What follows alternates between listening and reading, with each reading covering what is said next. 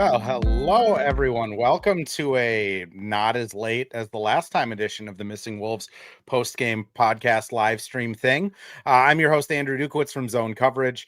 And today we got another Andrew in the house, Andrew Carlson from we're not rivals, colleagues from Colleagues. the Collegial? We'll roll with that. One of us Okay. getting aggregated by Bleacher From Report Canis out here, Hoopus. though. You know what I mean? Andrew, how's it going, man? I'm good. Good win tonight to watch.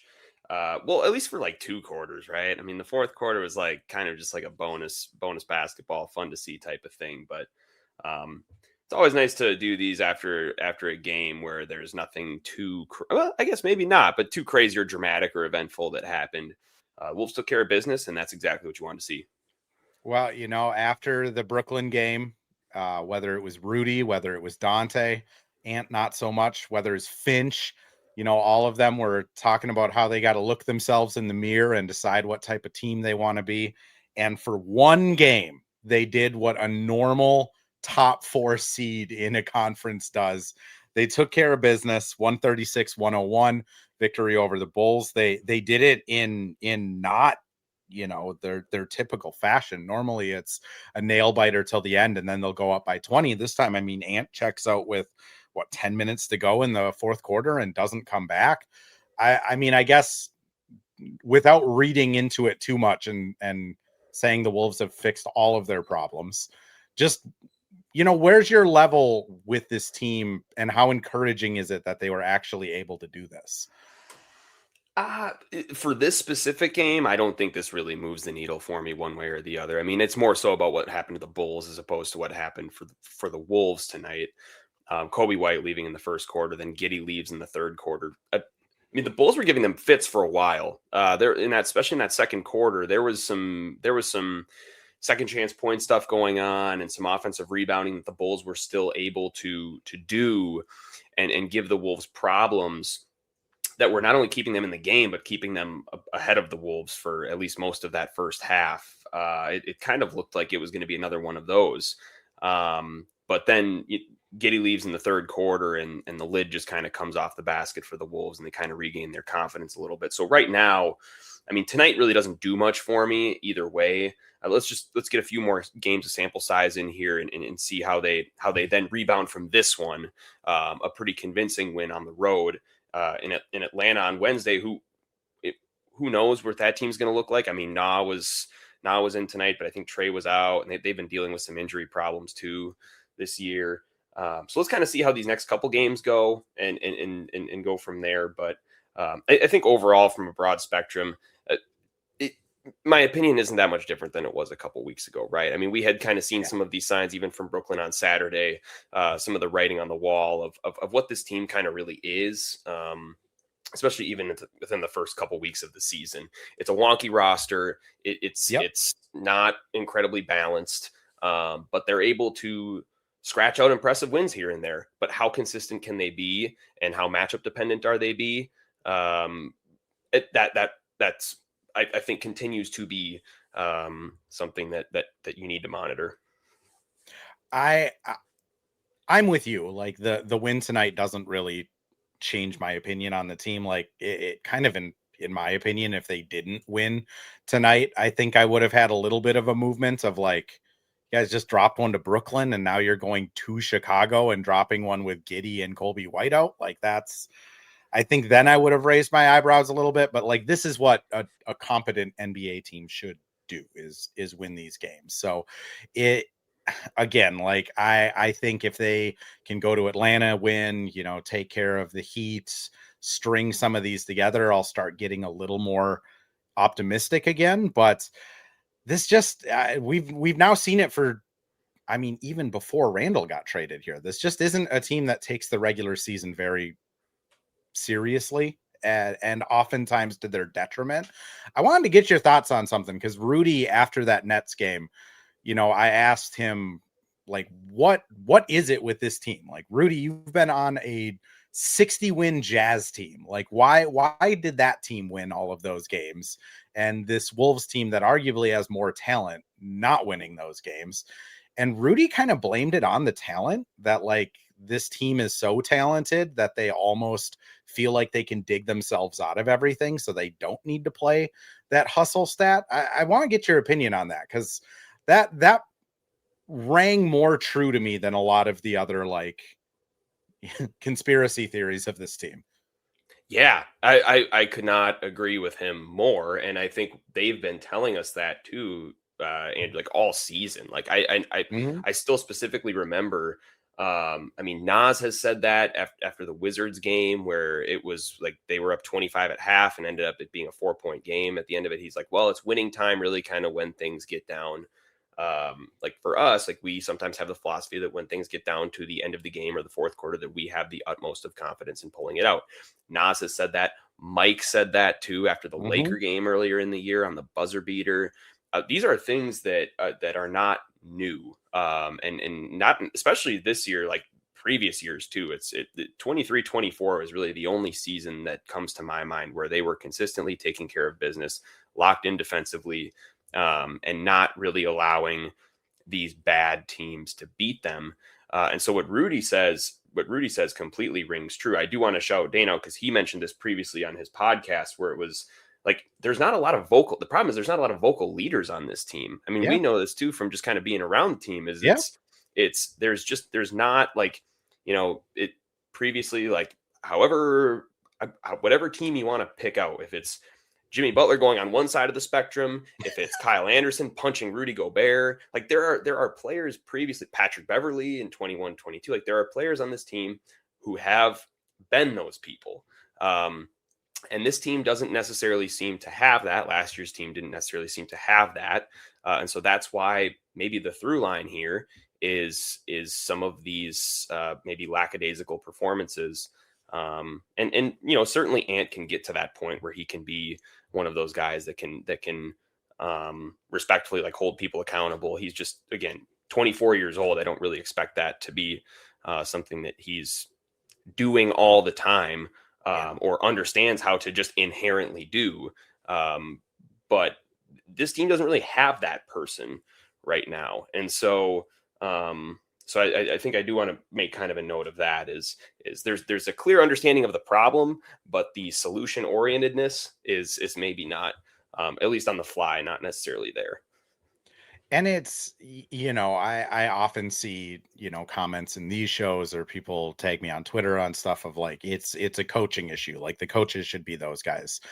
Like, I don't know. I kind of compare it to like, even like at my job, if the manager calls me and says I need to start doing audits, like sure, I'll start auditing my charts, but like I'm not going to be happy about it, and I'm going to be pretty grouchy, and then as soon as we don't have to do it anymore, I'm going to immediately stop doing it, which is like, I think I'm a good employee, but like that's just kind of how you respond to those leadership like roles sometimes. And I think when you got a team full of, like Rudy, Mike, those guys are the older of the like the spectrum of the team, but like your three guys that you're building this team around as like pillars is your Ant, Jaden, and Nas. And they're still young adults, like they're still young men. They're still figuring out like how to respond to authority and stuff like that. And the other guys that were vocal like in years past, like Mike, I think has always been a guy that could take people aside, explain things. He's not like a raw guy, but he's a guy that holds a lot of respect. He's playing 12 minutes. Like it's hard to be that guy when you're only playing 12 minutes. Joe, I know, has a lot of like respect in the locker room, and he's not afraid to like hold people accountable, but like he doesn't play. So it's hard to be a leader when you're not out there playing. And you look at their crunch time guys, like you said, none of them are really that, front facing leader that's going to just get in their face and kick them into gear. I mean, Rudy is a lead by example guy. Jaden, I think, is a lead by example guy. Julius, I mean, we've both interviewed him. You can barely hear him when you're talking to him from 3 feet away. It's just a really weird like hierarchy on this roster, which I mean, I'm sure we don't need to get into the Trae Young of it all, but it is the season. It's almost January. This is where moves start to be made. Do you feel like Like, do you feel like that's something they need to go out and get, whether it is like a Kyle Anderson on the buyout markets, or what are your thoughts? Again, to your point, it's like, how much would he really play at that point? It's Yeah. hard to it's hard to kind of thread that needle. Like ideally you have someone who is like a Patrick Beverly in 21, 22, where he was that guy who held people accountable and he started. But I just, with the level of talent that this team has, I'm just not sure that that's necessarily out there right now. And they're kind of, stuck in this area where, they might need Ant to figure that out. Like Yeah. until he does, like they're just going to kind of have some of these issues, and that might just be what it is. I think to the point on coaching that you raised earlier, it's, there have been stories of like infamous film sessions with Chris Finch. I mean, he has challenged his team in post-game press conferences when they're not playing hard enough, when they're not locked in on the game plan. He's had those fiery film sessions. Mike Nori talked about it the other day, but after the Oklahoma City win, when Finch got thrown out, like Finch coaches these guys really hard. But the question is how many times do you press that button? Because there comes a point in time where you just become Tom Thibodeau if you keep pressing that button, and that wears on players. It does not matter who you are, where you're coaching, that pisses players off eventually. It has happened everywhere he has been. So it's just to the people who are like, well, this is on coaching. The coach is responsible for motivating the players. I don't necessarily buy that 100% of the time. I mean, I think Hmm. there's certainly that aspect to the job description. And I do think that Finch does that. Um, Hmm. and he has done that in multiple examples over the years. But it's just that can't be a button that you go to all the time. There has to come from somewhere. There has to be a point within the locker room or within players, within the player led area of things, where there's a little bit of a kick in the ass there, and so that needs to just come at some point. And who the source of that is, I really don't know, because again, like you said, you're trying to thread that needle of playing time versus accountability. And like you said, Mike is like on the outs of that right now from a Yeah. rotation standpoint. Like he can do it, sure. I mean, he's for sure somebody who is smart, is respected, pulls people aside.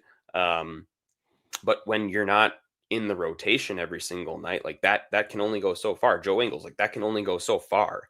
And so it's got to come from someone who's getting a little bit more tread. And I think that remains to be seen. So I'm not sure if there's really a move there just for that specific aspect of things.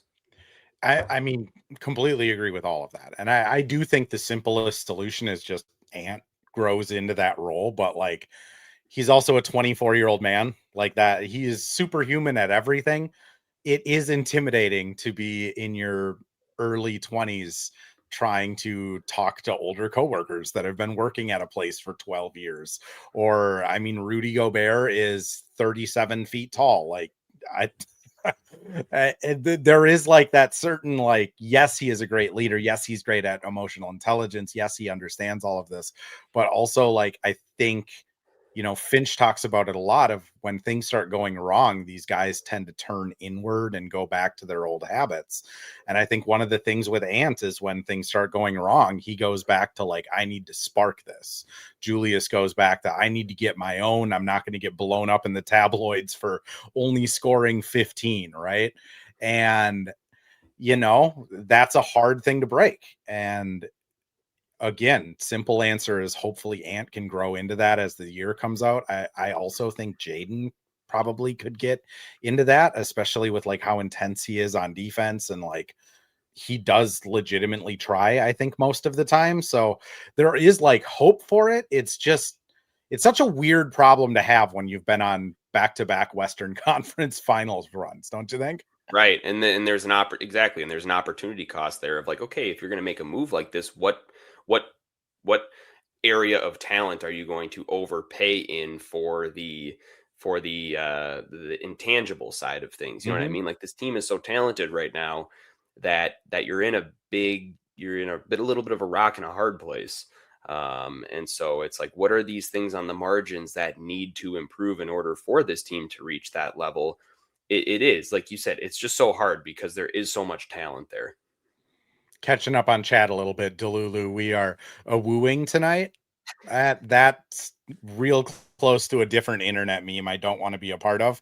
But yes, yep, we're having a good time. Teresa, appreciate you as always being in here with comments.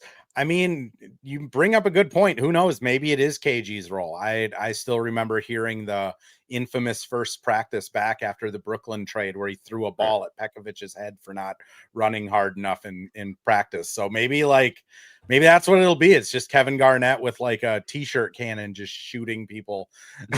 They're not hustling back in practice. But yeah, the cost to get a leadership role like that too. And I mean, you look up and down the Wolves roster, right? Like Gobert, I think if Wemby misses enough games, Gobert might be the front runner for defensive player of the year this year.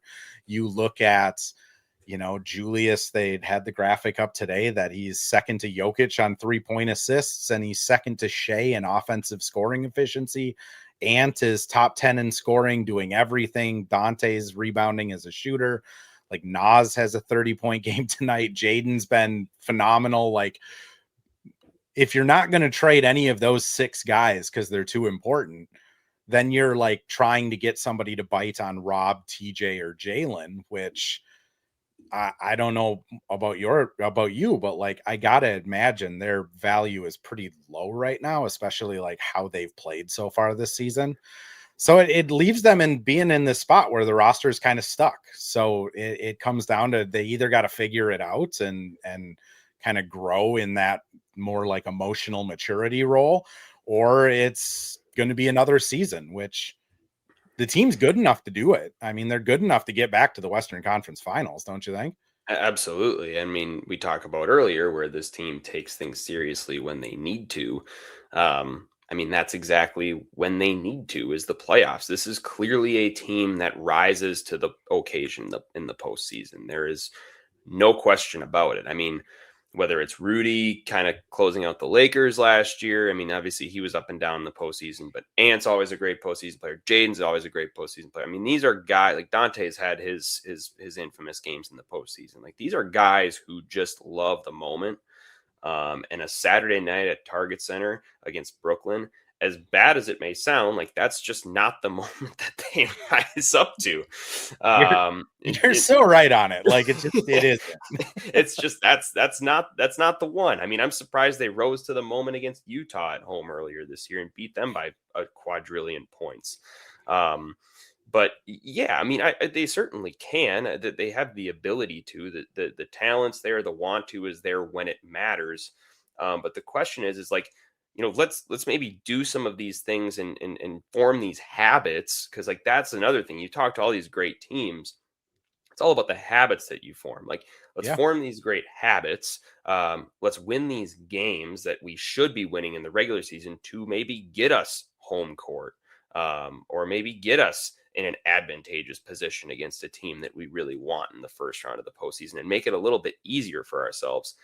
Things might have unfortunately, the skies might have parted a little bit for them tonight. We'll see what happens with Jokic here in these next couple of days. He went down with a knee injury, and that did not look good at all. Certainly did not. No. So, I mean, the skies might have parted a little bit for the Wolves in the West with that happening, but I mean, again, there's another, like, that's another area for them in which they can use these next couple months and not wait until February like they did last year to play good basketball, and really start to put your pedal to the metal here a little bit and heading into the trade deadline, because I would certainly think at this point, this is an evaluation period for Tim Connelly and company to see, what you have on the roster. And is this something that we really should make a move for a point guard? Or is this something where we really should make a move for a backup big, because the Randall and Nas pairing is just not sustainable with the second unit? Like, what are some of these things that we're going to be looking at here heading into February as kind of an evaluation period? I did want to get your thoughts on a couple other things. Ant mid-range full display tonight. I wanted to ask you about just Rudy in general, because he's doing this at 33 years old. That's just wild that he seems to be getting better into his mid-30s. And then just kind of end of bench like takeaways from the very the very rare chances we get to actually see Johnny Juzang for like more than 2 minutes. But first, I'm going to run some ads. When we come back, we'll tackle all that, though. Well, hello. Thank you, live stream Andrew. This is Ad Read Andrew. And today we have Firehawk Construction and Remodeling, the presenting sponsor for the Missing Links podcast. Firehawk Construction and Remodeling strives to inspire people to follow their ideas, working with respect and understanding to create a quality, tailored result. Firehawk Construction and Remodeling, located in Blaine and serving in the North Metro area, is here to help you with your building and remodeling needs. I can say personally, thanks to Firehawk Construction and Remodeling, I have a beautiful deck in my backyard and countless projects that I started, they finished. Get started on your new deck or remodel today by calling Isaac at 763-710-5686. And we're back with another ad read, this time for Pence Homes, the presenting sponsor of Hitting the Hardwood Network. From the best tools and technology to transparency throughout the entire process, Nate Pence and the Pence Homes team is the top choice for buyers, sellers, and is proud to support you and your home ownership goals.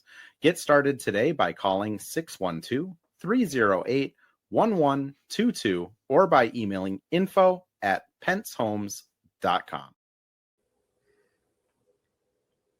To start off with just the Ant mid-range tonight. Goes 4 of 5, 8 points. He honestly, like 23 points on 13 shots, and he only gets 4 free throws. Like, the efficiency with him is kind of insane for a 24-year-old like volume shooter. But the mid-range especially, we heard about it all preseason. We heard about it all camp, and we haven't really seen it a ton other than just kind of here and there. But you know, how dangerous is that? I'll be honest, like it felt like he was bullying Trey Jones, and like not in like a bully ball Randall way, but in actually like taking his lunch money away. Yeah. Every time he got into the mid range, it was completely surgical, especially late in that game. The third quarter was really kind of when things jump started. I was, especially with Ant early, I was a little confused because first quarter he was extremely passive. It was a lot of Dante and frankly like a lot of Dante misses. And Rudy seemed to kind of really try to get the energy going, and then Jaden got poked in the eye, and like the energy just felt a little bit off. A weird first half. We'll call it a weird first half. It was weird, and like you're sitting there in the first quarter, and like Jaden's like kind of hobbling up and down the floor, and you're kind of like, Ant, like I think they need something here, you know. Like you're just like you're sitting there, and it never happened. Like he never really got going. And I actually think his first field goal came with 6 minutes left in the second quarter.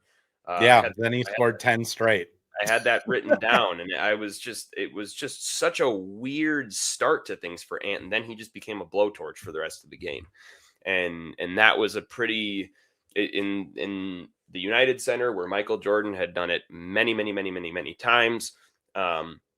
He had that turnaround mid-range shot working. Like that was a pretty unbelievable thing that he just decided to kind of take out of the sheath, and throw the team on his back. And then I think at the point where Giddey left the game, I think at that point he's like, all right, it's just kind of time for some bag work here, in the third, and then kind of into the fourth. So it's huge. I mean, that's what I think was his Achilles heel in the playoffs, is that teams, he shot at such volume from three that Oklahoma City was good enough and had the personnel to say, okay, we're going to blitz the heck out of this and just completely take this away from you.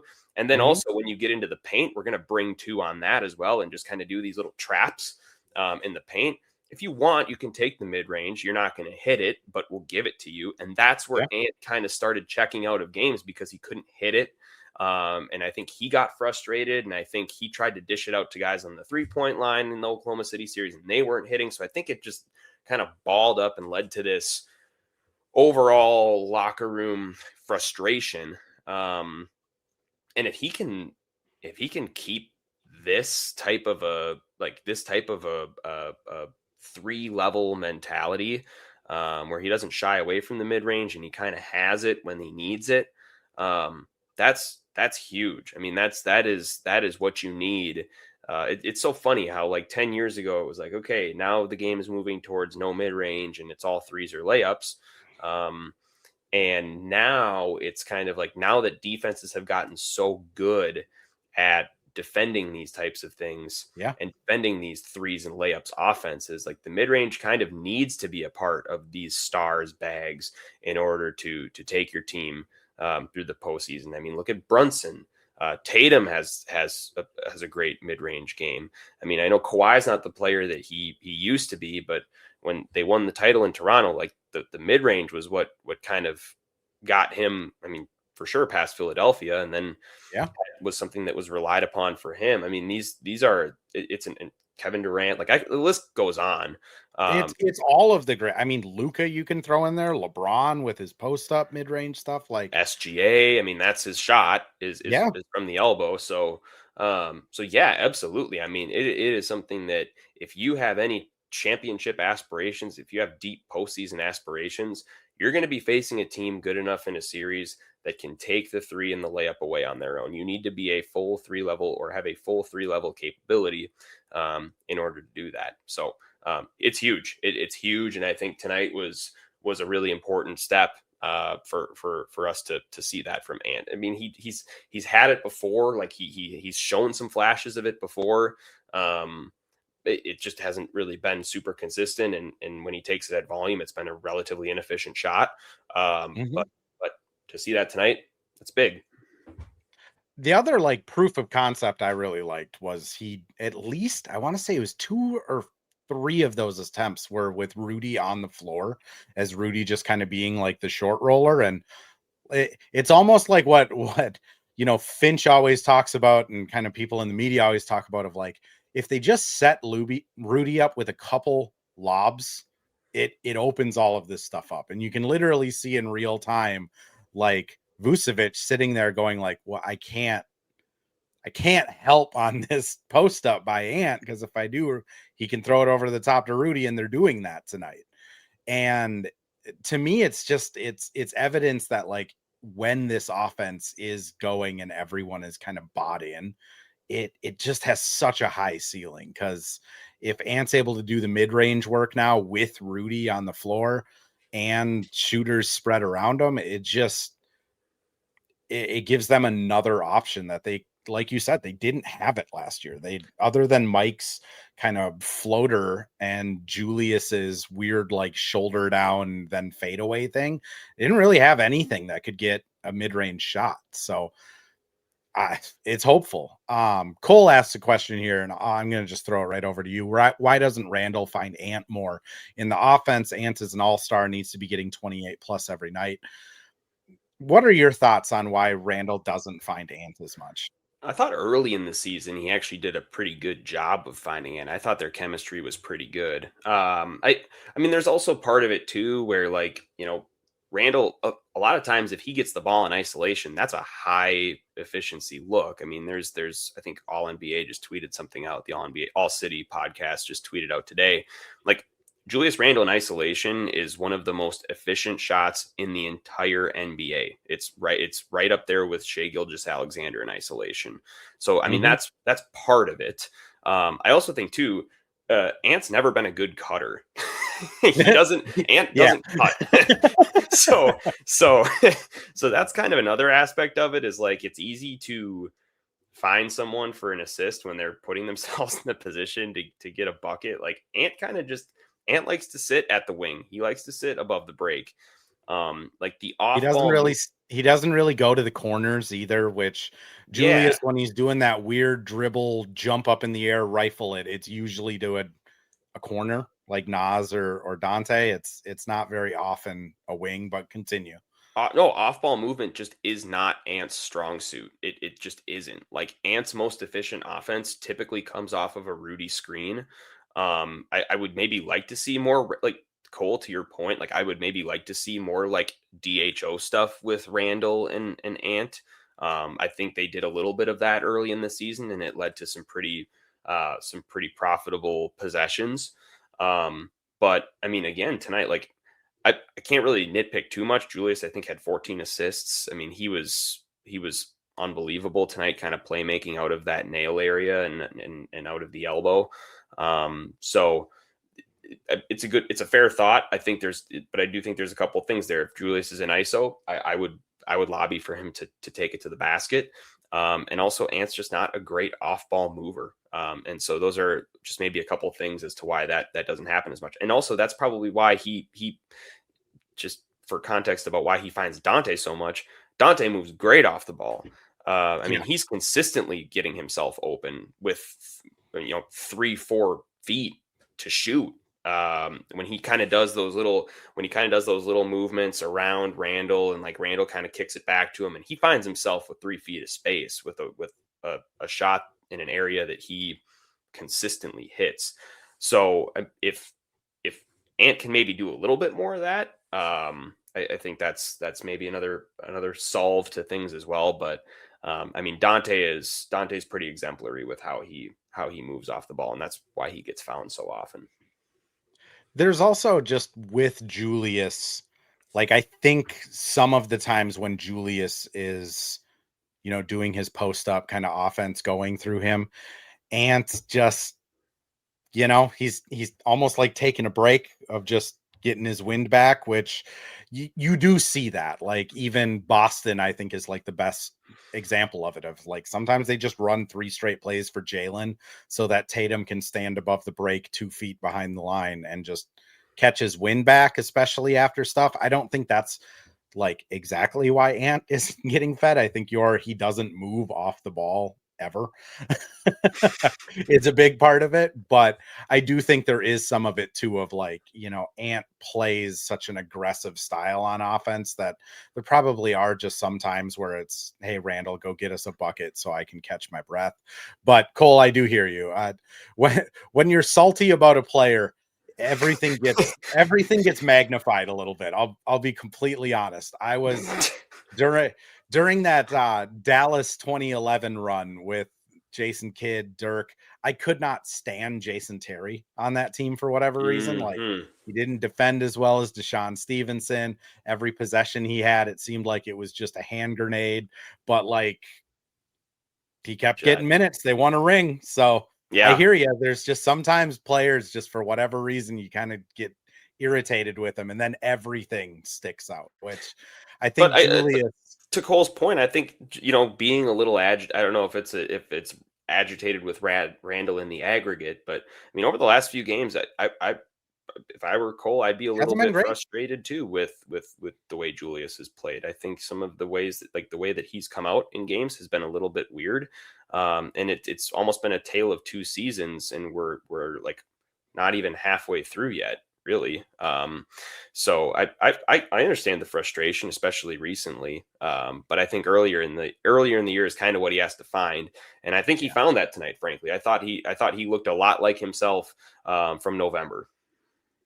And it, with Randall, it's kind of like Ant. I feel like they're both similar in this way, where like some of the mistakes are so egregious and frustrating. Like they both get back cut like an alarming amount of time for somebody that's playing 38 minutes in the NBA. Like their off-ball defense is really tough, and those are plays you can see on House of Highlights, and it's like, what is Randall doing? Just giving up a dunk. But like it kind of sometimes masks like all of the things they do well, though, because Randall is like, for all intents and purposes, he's kind of the offensive engine. Like everything runs through him a lot of the time, unless it's just an ISO for Ant or it's like a Mike and Rudy pick and roll still.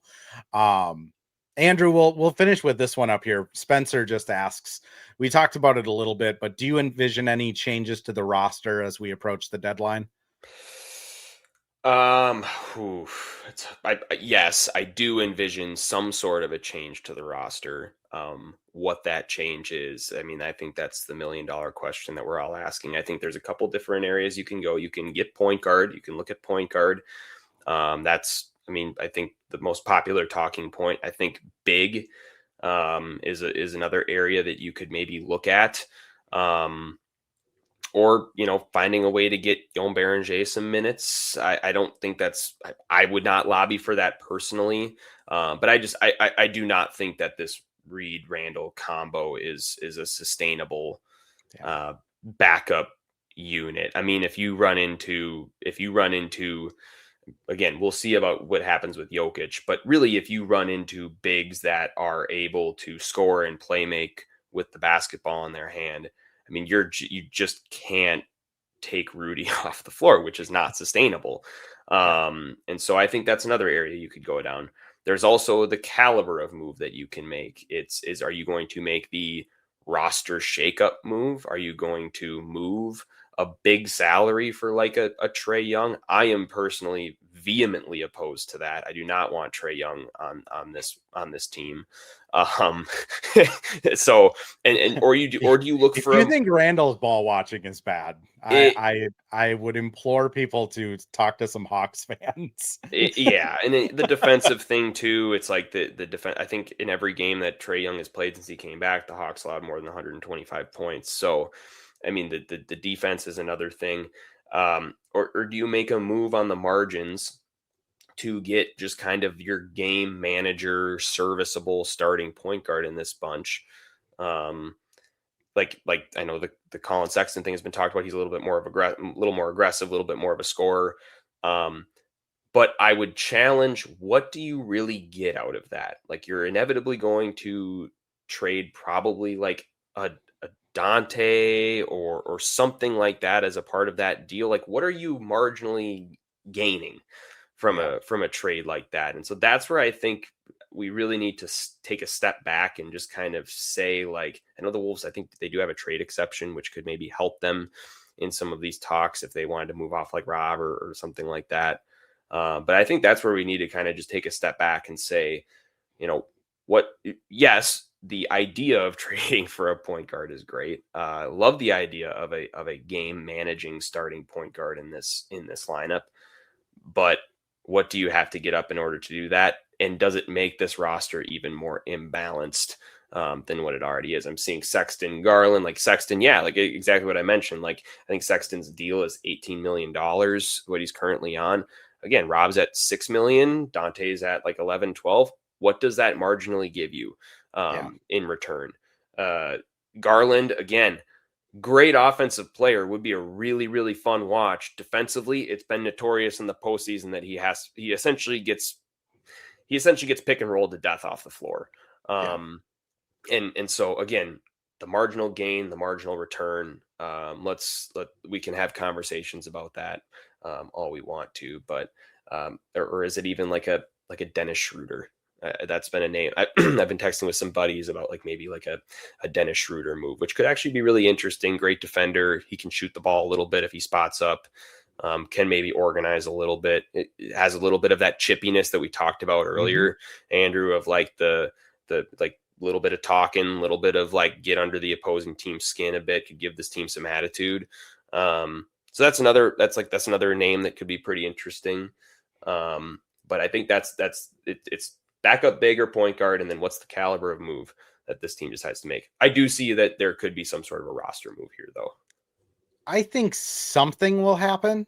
I'm pretty much in lockstep with you. I think it'll be boring. I don't think it's going to be earth shattering.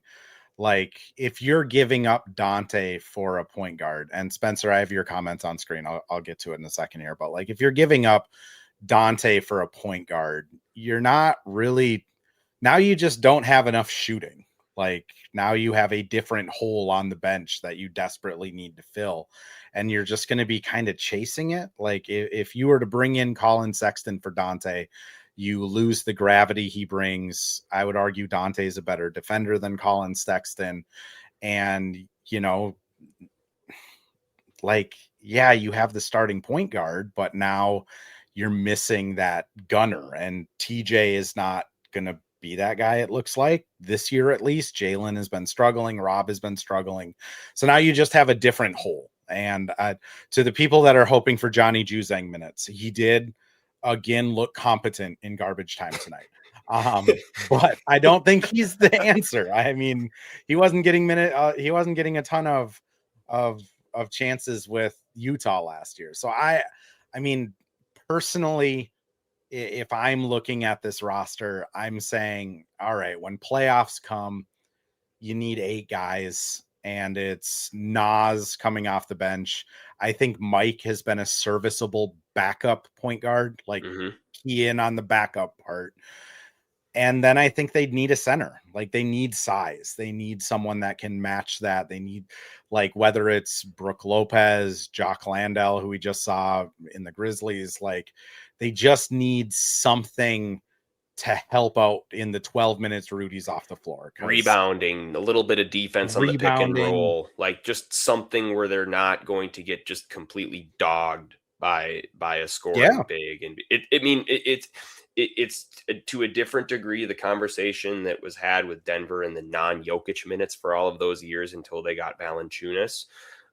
It's a very similar conversation here for defense. And that lineup, shout out to Nas Reed, by the way, he was 1 point off his career high tonight. I think he had 30, finished the night with 33.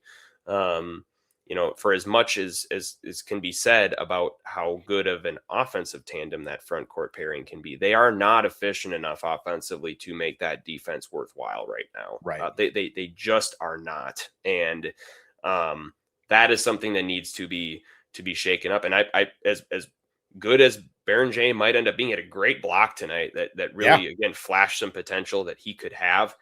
I think if he is on the floor within a year, that signals issues. Personally, I think he just has a long way to go developmentally. He still can't really defend without fouling. His body's just not quite there yet. I think we have severe problems if he's a major contributor to the rotation. The thing I hear a lot around the locker room is just that he jumps at everything. So people kind of like playing him in scrimmages because he jumps at everything. It's really easy to beat at somebody when they're jumping at everything. So, and he did in summer league. I mean, he defends at an angle. Like he's going to be a very foul prone guy, and he just needs time. So I think if it shouldn't be this season, and I really don't think he should see the floor next season either. I think we're probably a couple years out from the Joan Berenger like real rotation thing. I agree with that might be expected. So I wouldn't really necessarily go that route either. Yeah. I if I had to like put my conspiracy hat on, like I think it'll be a backup big. I don't think it's going to be anything earth shattering. I think they're just going to look at it and say, kind of, I put Spencer's comment up and then never read it, but just like, Bones has been doing pretty well. Like I do think Rob at least has enough value to net you a good, backup center if you're sending out Rob in a couple seconds and, see what you got there. Catching up on other things, Godfrey says Dante for Miles McBride straight up. I like Dante. I get to talk to Dante, so I'm biased. Like I would like to continue talking to Dante, but Miles McBride's been awesome this year. Cole mentions Rocco in the G League.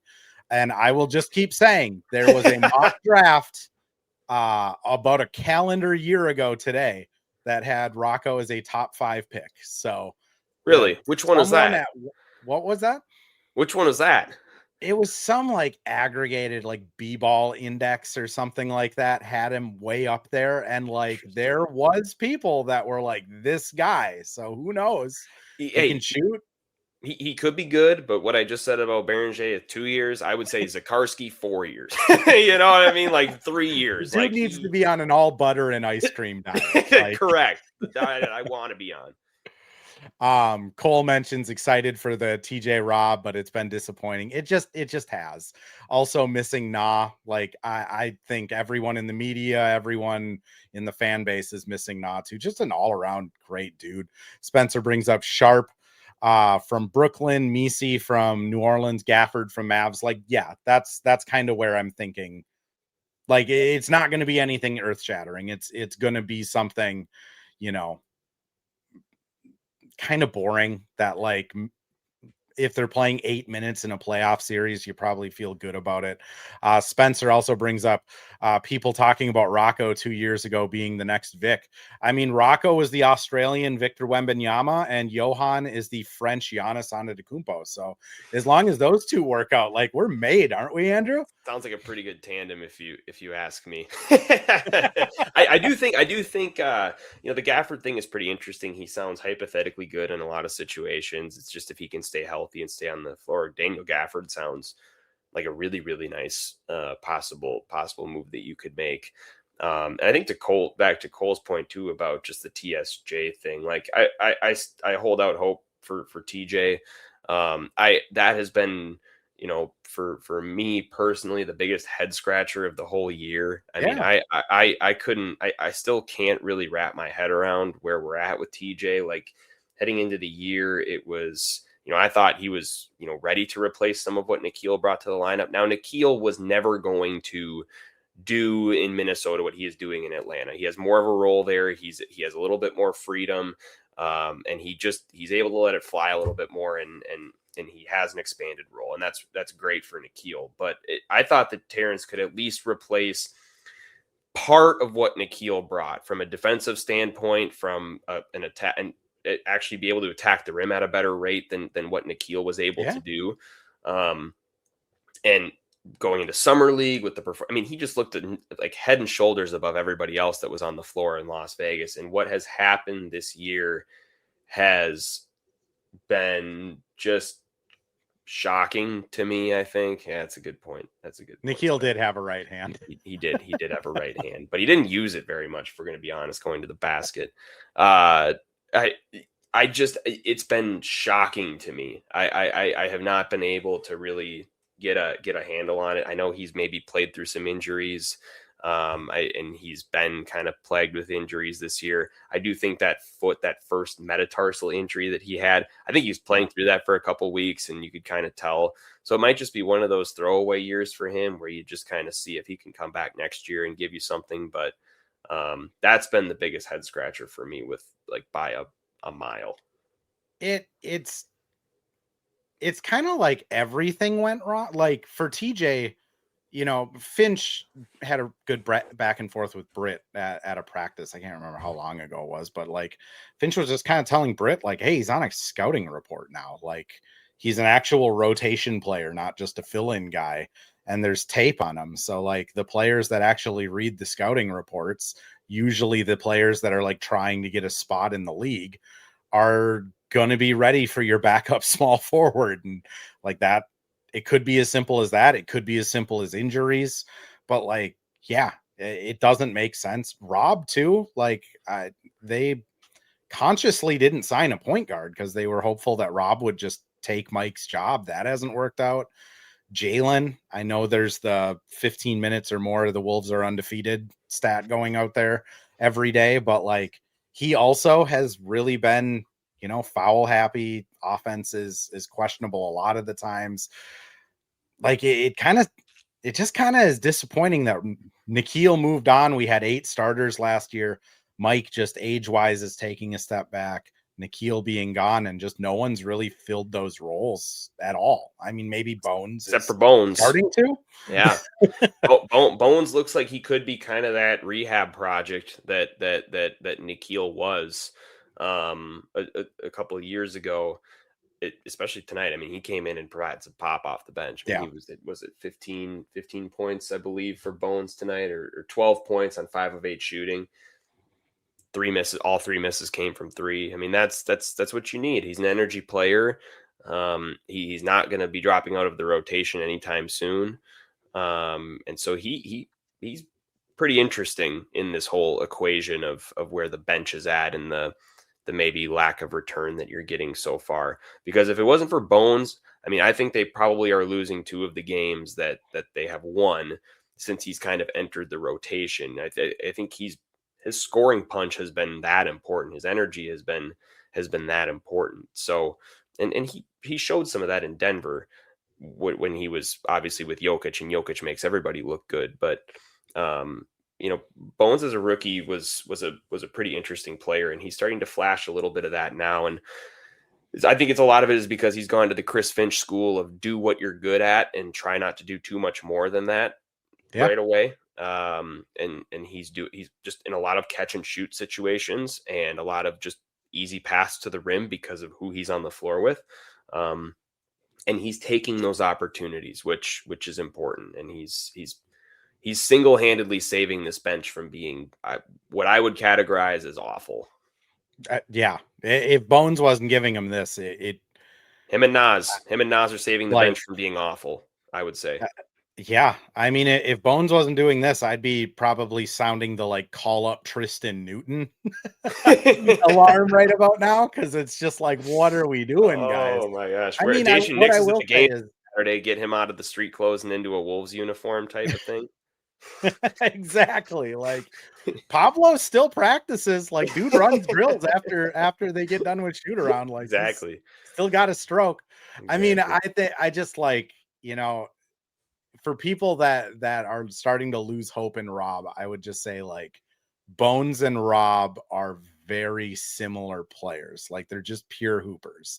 And I think Bones, one of the things that he's talked about this year that has stood out to me is he understands that he actually needs to be more than just a hooper. Like he understands that it is going to be his path in the NBA to like help set people up or be a good veteran and do these sort of things. And like, I'm not saying Rob is going to be playing on 3 teams in the next 3 years and he'll finally get like a chance. But like, I do think having a guy like Bones in this locker room to just be able to talk to Rob about like, hey man, I was playing 20 minutes a night with Denver.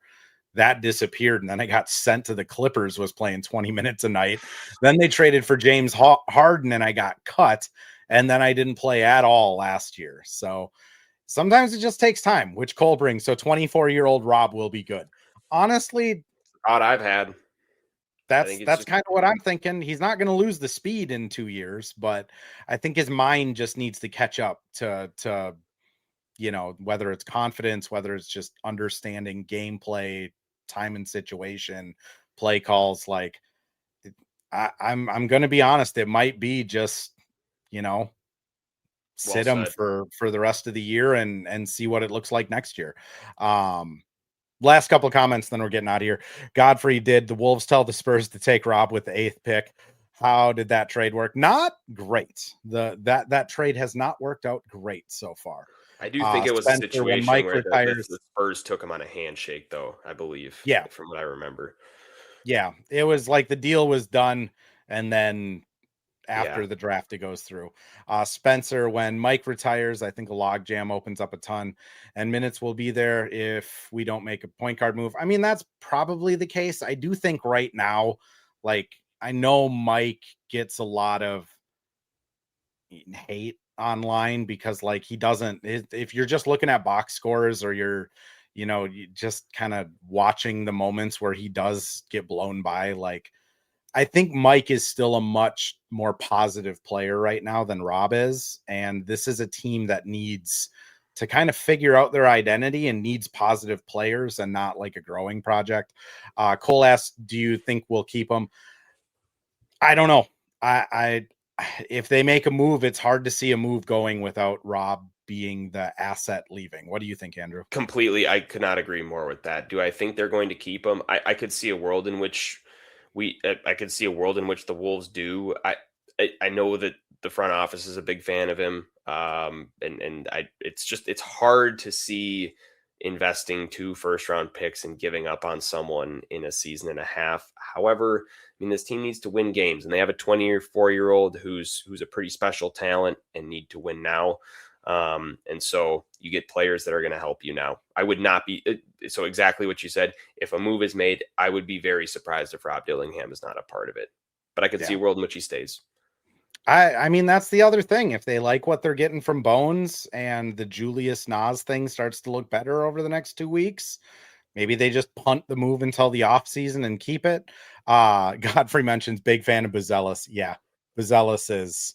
I think there's what 12 teams in the league, 11 teams in the league kicking themselves for not drafting Bazelis. Like, Pretty good player, but that would have been a tough draft for the Wolves considering how many wings they have on the roster. could you imagine they trade up, draft Yes. Bazelis? You and you and I would be sitting there going like, "What the hell? What are we doing?" It's like Bazelis and Jaden, like Jaden let's Cat was still on the team. trot them all out there, man. All right, Andrew. I appreciate you giving me an hour on a Monday night. Always a blast, man. Where can people find your writing? Anything you want to shout out? The floor is yours. Ooh, man, no specific writing right now that I'm working on. We'll have some stuff coming out though in the new year that I'll be putting out on Twitter. Follow me at Andrew_Carlson 2. And I'm over at Canis Hoopus. You can find me there too. Awesome, man. Appreciate the time. For anyone that jumped into this late, it will be released as a podcast tomorrow morning. That's Tuesday at 7 a.m.